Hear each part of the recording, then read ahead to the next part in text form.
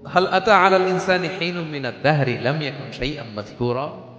আল্লাহ বলেন একটা সময় ছিল উল্লেখ করার মতো তোমার কিছুই ছিল না। আজকে তো এত লম্বা চড়া মানুষ আমরা কিছুই ছিলাম না।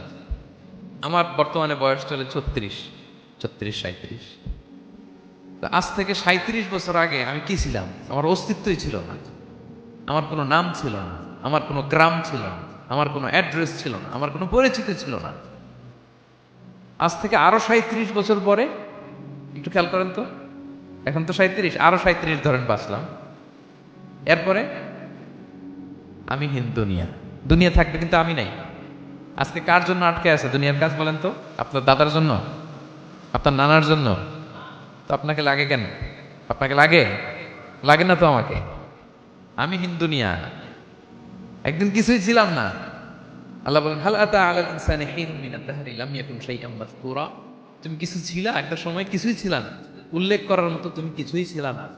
অস্তিত্বহীনের জগৎ থেকে তোমাকে আমি অস্তিত্ব আনলাম। তোমার বাবার পৃষ্ঠদেশ থেকে তোমার মায়ের গর্ভাশয়ে আমি তোমাকে ফেললাম। সেখানে আমি আল্লাহ তোমাকে একটু একটু করে তিলে তিলে বড় করলাম। 9 মাস 10 মাস পরে মায়ের পেট থেকে দুনিয়াতে তুমি আসলে। সাজে অহংকার সাজে?